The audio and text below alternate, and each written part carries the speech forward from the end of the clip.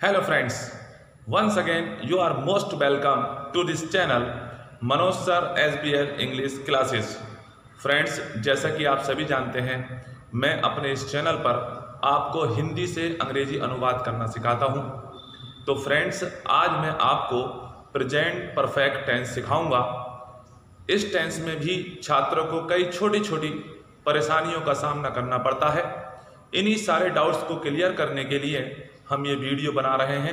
आशा है वीडियो आपको बहुत पसंद आएगा और आज से आपके सारे डाउट्स भी क्लियर कर देगा। तो चलिए फ्रेंड्स, वीडियो को स्टार्ट करते हैं। देखिए फ्रेंड्स, सबसे पहले जैसे कि मैंने बोर्ड पे लिख दिया है, आज का हमारा टॉपिक है प्रेजेंट परफेक्ट टेंस। इसमें आज हम केवल अफर्मेटिव सेंटेंसेस का ही अध्ययन करेंगे। तो सबसे पहले फ्रेंड्स, हम परफेक्ट टेंस की पहचान को जान लेते हैं। इसमें दो प्रकार से पहचान है, आप समझिएगा। पहचान नंबर 1, इस टेंस के वाक्यों को पढ़ने से पता चलता है कि कार्य कुछ समय पहले ही समाप्त हुआ है। यानी कि जब हम इस टेंस के वाक्यों को पढ़ेंगे तो हमें पढ़ने से ये पता लग जाता है कि कार्य बस कुछ देर पहले ही समाप्त हुआ है। जैसे भाई साहब ने नाश्ता कर लिया है, अर्थात कुछ देर पहले, यानी वो कर चुके हैं। माता जी ने कमरा साफ कर लिया है, तो आप समझिएगा माता जी ने बस कुछ देर पहले ही कमरा साफ किया है। मैंने झूठ बोला है, अर्थात अभी कुछ देर पहले ही बोला है। तो इस प्रकार के सेंटेंस इसमें आते हैं और उन्हें पढ़ने से हमें पता चल जाता है। दूसरी पहचान जो है वो शाब्दिक है, हम शब्दों को देख करके भी पता लगा सकते हैं। इस टेंस के वाक्यों के अंत में चुका है, चुकी है, चुके हैं, चुका हूं, या है, की है, दी है, ली है आदि शब्द आते हैं। यानी कि सेंटेंसों के अंत में अगर हम चाहें तो उनको देख करके भी पहचान सकते हैं। जैसे मोहन ने सोहन से पुस्तक ली है, तो आप समझिए ली है अर्थात ले ली है, ले चुका है। तो इस प्रकार के सेंटेंसों को हम देख करके ये पहचान सकते हैं कि ये सेंटेंस सारे प्रेजेंट परफेक्ट टेंस के अंतर्गत आते हैं। तो चलिए फ्रेंड्स, आगे हम इसका अनुवाद करना भी सीखते हैं। तो चलिए फ्रेंड्स, अब हम अनुवाद के नियम को समझते हैं। तो रूल हमारा फर्स्ट है, ही, शी, इट तथा सिंगुलर नाउन्स के साथ हैज लगाकर वर्ब की थर्ड फॉर्म का प्रयोग करते हैं। यानी ही, शी, इट हो और सिंगुलर नाउन्स में कोई नाम हो तो वहां पर हम उनके साथ हैज लगाकर वर्ब की थर्ड फॉर्म का प्रयोग करते हैं। हम इसे इस तरह से भी समझ सकते हैं, सिंगुलर सब्जेक्ट लिखेंगे, उसके साथ फिर हैज लगाएंगे, फिर वर्ब की थर्ड फॉर्म लिखेंगे, ऑब्जेक्ट लिखेंगे, फिर उसके बाकी जो बचे हुए अदर वर्ड्स हैं वो लिख देंगे। रूल नंबर 2 में आई, यू, वी, दे तथा प्लूरल नाउन्स के साथ हैव लगाकर वर्ब की थर्ड फॉर्म का प्रयोग करते हैं। इसे आप इस तरह से भी समझ सकते हैं, प्लूरल सब्जेक्ट लिखें, फिर उसके साथ हैव लगाएं, वर्ब की थर्ड फॉर्म लिखें, वर्ब का ऑब्जेक्ट लिखें और फिर अदर वर्ड जो बचे हुए सेंटेंस में होते हैं, remaining part of the sentence, वो आप अपना लिख सकते हैं। आराम से अनुवाद करें इस तरीके से। तो ये थे अनुवाद के नियम। अब हम फ्रेंड्स एग्जाम्पल से सीखेंगे कि किस तरीके से अनुवाद करना चाहिए। देखिए फ्रेंड्स, पहला एग्जाम्पल हमने बोर्ड पे ले लिया है। सबसे पहले है पिताजी। सेंटेंस पढ़ के बता देता हूं मैं आपको। पिताजी अब सो गए हैं। तो देखिएगा, या पे की मात्रा ये है। एक चीज और मैं बताना चाहता हूं आपको कि चलिए पहले इसी का पहले मैं कर देता हूं, उसके बाद बताऊंगा, नहीं तो घपला हो जाएगा। तो सबसे पहले अनुवाद करते हैं। तो हमने इसकी पहचान देखी कि हमने सीखा था एंड में या है, ई है, इस प्रकार से यहां आता है। तो या पे की मात्रा ये और फिर है, तो है लगने से ये प्रेजेंट हो गया और पूरा हो गया प्रेजेंट परफेक्ट। सो गए हैं यानी सो चुके हैं। तो सबसे पहले हमें शुरू में लिखना होता है सब्जेक्ट फादर, जो भी हो। तो लिखा हमने पिताजी, फादर। अब उसके बाद हमने बताया था सिंगुलर के साथ आप हैज लगाएंगे और प्लूरल के साथ आप हैव लगाएंगे। तो फादर सिंगुलर है, हैज लगा। उसके बाद उल्टे चलिएगा इधर को। तो यहां सो गए, तो सोने की थर्ड फॉर्म आएगी स्लेप्ट। तो फादर हैज स्लेप्ट। फिर और थोड़ा आगे बढ़ेंगे, नाउ। तो ये सेंटेंस पूरा कंप्लीट हो गया, फादर हैज स्लेप्ट नाउ। अब आप एक बात समझ लीजिए, सब्जेक्ट लिख करके हमेशा पीछे से उल्टे आना होता। अब मैं जो बात पहले कर रहा था उसे समझाऊं। देखिएगा, बहुत छोटी सी बात है, अगर आपने इस पर ध्यान दे दिया तो समझिएगा आपका बहुत बड़ा काम बन गया आज। देखो, वह गया था, नहीं था भी मतलब वह गया, और वह गया है। आप देखो, ये सिमिलर, ये सिमिलर, ये नहीं, इस तरीके से होता है। अगर मान लो सेंटेंस में खाली गया पे रुक गया या पे आका डंडे पे रुक गया, तो ये सेंटेंस पास्ट इंडेफिनिट का है, इसमें सेकंड फॉर्म आएगी। एक बात और, यदि डंडे के बाद यानी आका डंडा, एक ही मात्रा, और एक ही मात्रा के बाद यदि हैं, हूं और हो आ जाते हैं, तो फिर वो सेंटेंस हमारा हैज या फिर हैव के साथ थर्ड फॉर्म लेता। तो आप समझ जाइएगा, सेंटेंस अगर आका डंडा, एक ही मात्रा और एक ही मात्रा पे ही रुकता है या फिर उसके बाद था आता है, तो ऐसी कंडीशन में आप सेकंड फॉर्म का प्रयोग करेंगे। और यदि सेंटेंस में आका डंडा, एक ही मात्रा और एक ही मात्रा के बाद है, हूं, हो आता है, तो वहां पर आप प्रेजेंट परफेक्ट होता है, हैव हैज के साथ थर्ड फॉर्म का प्रयोग करेंगे। तो ये बात अगर आपने जान ली है तो समझ जाइए आपका बहुत बड़ा काम बन गया। अब अनुवाद करना आपके लिए बहुत सरल हो जाएगा, और इस टेंस को पहचानना भी। तो यहां पर यही बात थी, देखो, या ये हैं तो सो गए हैं अर्थात सो चुके हैं। एक एग्जाम्पल और लेते हैं, फिर क्लियर और हो जाएगा आपका। तुमने झूठ बोला है, ठीक, बोला है। तो तुमने, यू प्लुरल है, तो देखो आका डंडे के बाद है आ गया, यू हैव, बोलने की टोल्ड, थर्ड फॉर्म टेल की, और झूठ की आला, यू हैव टोल्ड अ लाई। एक और देखते हैं, मैंने अपना काम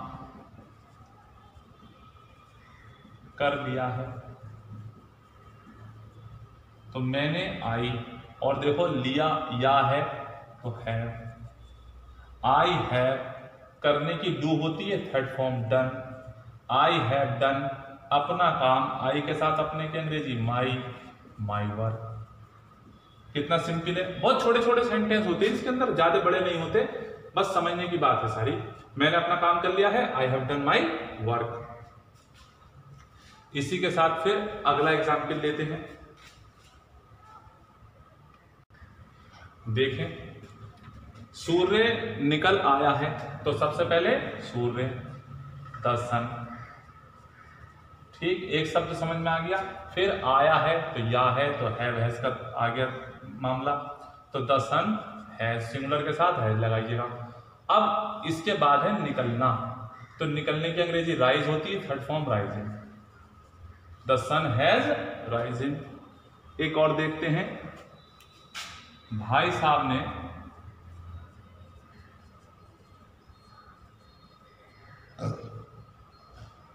नाश्ता पहले ही कर लिया है। यहां देखें, भाई साहब ने नाश्ता पहले ही कर लिया है। देखिए, पहले ही, इस पहले ही की इंग्लिश होती है ऑलरेडी, यहां मैं लिख देता हूं। अब इसका प्रयोग कैसे करेंगे, तो जब भी कभी पहले ही आए, ऑलरेडी का प्रयोग करें, तो हमेशा आप हैज हैव के बाद ही करें। भाई साहब को लिखें ब्रदर, ब्रदर सिंगुलर है, हैज लगाएं। अब पहले ही की अंग्रेजी यहीं रखें, ऑलरेडी, ठीक। तो ब्रदर हैज ऑलरेडी। अब नाश्ता कर लिया है, तो करने के लिए आप टेक वर्ब का यूज करें, टेकन, और नाश्ते को यहां भाई साहब के हिसाब से अपना नाश्ता करेंगे तो हिज ब्रेकफास्ट। समझ जाए अब आप, brother has already taken his breakfast. तो चलिए फ्रेंड्स, एक एग्जाम्पल और लेते हैं। वह अभी अभी आई है।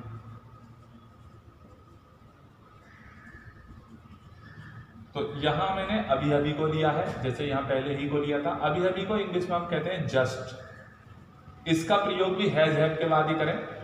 तो शी हैज जस्ट कम। कम की थर्ड फॉर्म भी कम ही है, कम कैन कम। तो समझे आप, इस तरीके से हमें अनुवाद करना चाहिए। एक और लेते हैं, देखें। तुम बहुत बदल गए हो। तो तुम बहुत बदल गए हो तो कैसे करें, पहले तुम लिखें यू, अब यू के साथ हैव लगेगा। यू हैव बदलने की चेंज होती है, third form changed. You have changed, बहुत के लिए लिखें अलॉट। तो यू हैव चेंज्ड अलॉट। एक और लेते हैं, ये बहुत खास है। मैं इस मकान में 1990 से हूं। इस प्रकार का जब सेंटेंस आता है तो बच्चों को परेशान करता है। देखिए, मैं इस मकान में 1990 से हूं यानी रहा हूं। तो ये दो तरीके से बन सकता है। हिंदी में भी हम इसे दो तरीके से लिख सकते हैं। मैं इस मकान में 1990 से रह रहा हूं। आप देखिएगा कंटिन्यूअस नहीं है ये, तो ये भी परफेक्ट ही है। रह रहा हूं यानी रह चुका हूं इतने सालों से।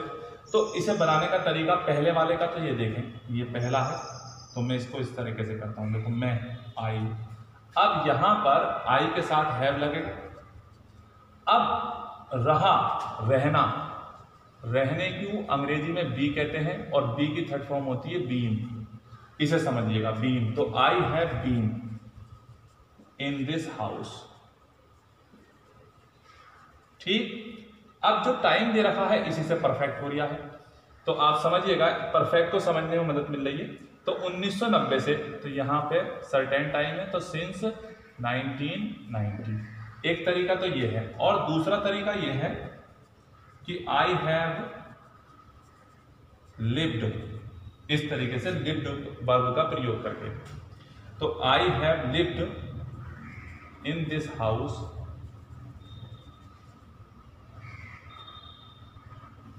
since 1990। ये देखिएगा। तो इस तरीके से हम इन्हें दो तरीके से हम इसका अनुवाद कर सकते हैं। तो चलो मैं और बताता हूं आपको। अभी देखें साहब, उसके साथ कुछ गड़बड़ हो गई है। उसके साथ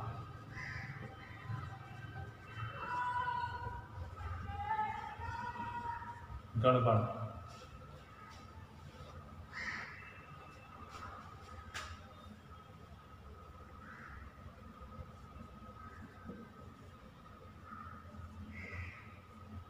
हो गई है। अब देखें साहब, उसके साथ कुछ गड़बड़ हो गई है, तो यहां से बनेगा कुछ,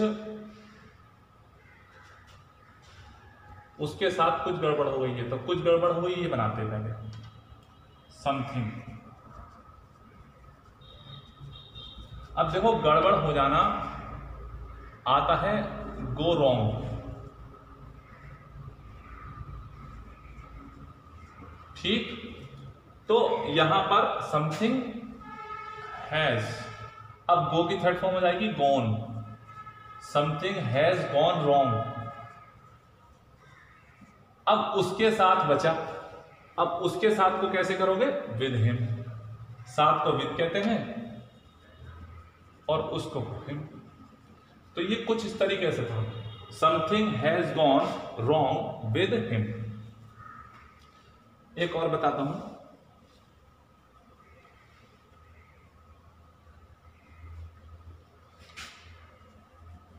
भूकंप ने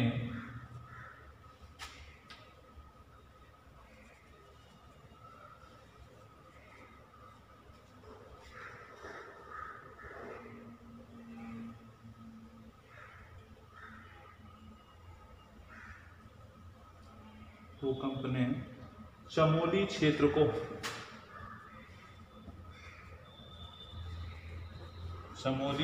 को बहुत हानि पहुंचाई है।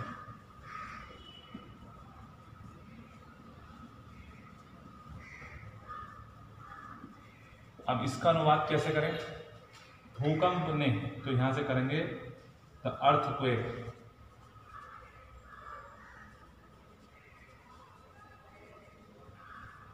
द अर्थक्वेक हैज काज्ड, देखिए पहुंचाई है के लिए काज्ड का प्रयोग करेंगे। काज्ड क्या पहुंचाई है? बहुत हानि, मच डैमेज, ऐसे समझें। The earthquake has caused much damage. अब यहां पर ये बात ध्यान रखेंगे, जब काज आता है तो उसके साथ टू का प्रयोग करते हैं। चमोली क्षेत्र को, तो को के लिए टू लगाते हैं हम, टू चमोली रीजन।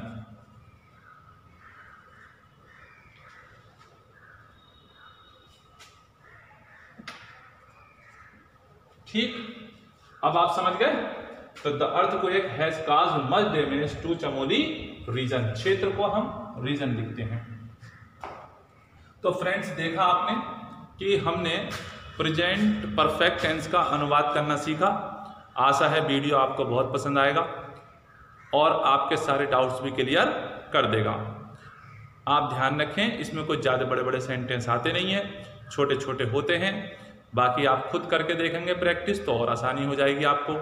चलिए, तो वीडियो को यहीं समाप्त करते हैं और उम्मीद करते हैं कि वीडियो आपको पसंद आएगा। इसे लाइक करें, चैनल को सब्सक्राइब कर लें और वीडियो को शेयर करते रहें। मिलते हैं अगले वीडियो में। वीडियो देखने के लिए आपका बहुत बहुत धन्यवाद।